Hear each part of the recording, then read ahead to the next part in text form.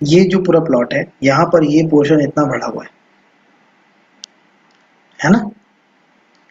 तो अगर हमें इस प्लॉट का काम करना है तो फर्स्टली मुझे इस प्लॉट को यहाँ से कट करना पड़ेगा, क्योंकि अगर हम इसका सेंटर निकालेंगे तो ये सेंटर निकल ही नहीं सकता, और ये प्लॉट भी बहुत बड़ा है ना? तो आप अगर इस प्लॉट को यहाँ से कट करते हैं तो हम यहाँ पर कहीं पर इसका सेंटर फाइंड आउट कर सकते हैं। जब कोई भी प्लॉट का, एक पर्टिकुलर प्लॉट का एक हिस्सा कुछ तरह से बढ़ जाए, ऐसे करके बढ़ जाए, तो ये काटना ही पड़ेगा आपको। इसके सिवा और कोई ऑप्शन नहीं है। काट कर हम इसको यूज कर सकते हैं, हटा नहीं सकते कि आपको काट के इसको बेच देना है। आप इसको आराम से अलग आइडेंटिटी की तरह यूज करेंगे, इसका सेंटर अलग निकालेंगे। समझ आ रहा है?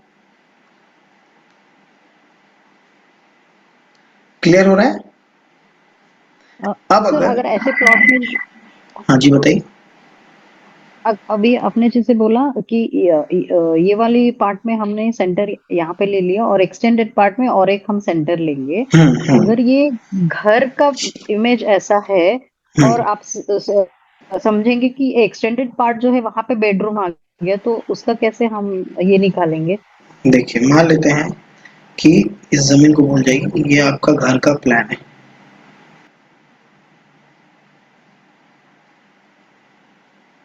ये बड़ा है, ठीक है, और ये एक रूम आ गया, बेडरूम। यही कह रहे हैं आप? यस सर ऐसे ही बोल रही हूँ। हाँ। कट तो आपको इसको करना पड़ेगा, क्योंकि ये पूरा घर है आपका। ओके। यहाँ से ये कट होगा तो ही आप इसका ग्रेड कर पाएंगे, और ये अलग आइडेंटिटी की तरह ग्रेड होगा।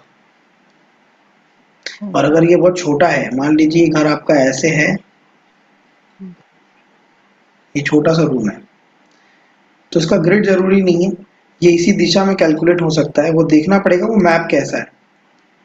लेकिन कट फिर से होगा, फिर भी होगा। कट मैंडेटरी है, उसको हमें ओके। सेप पे लाना जरूरी है। यहाँ पर अगर मैं इसको यहाँ से चक्रा लगाता हूँ तो ये दिशा बहुत ज्यादा निकल जाएगी आगे, जी। ये सही नहीं होगा। हम इसको कट करेंगे तो ये इस पूरे लैंड की एनर्जी सही रहेगी। मतलब एल शेप प्लॉट में भी हम ऐसे लेंगे, जिस पार्ट छोटा है उसको हम कट हाँ, करके बाकी के घर का ग्रेडिंग ले अगर लेंगे और बिल्कुल बहुत ज्यादा एल रहेगा तो वो हाँ देख राइट। करके समझना होगा। एकदम अनइवन जो प्लॉट होता है उसमें प्रॉब्लम तो आती ही है।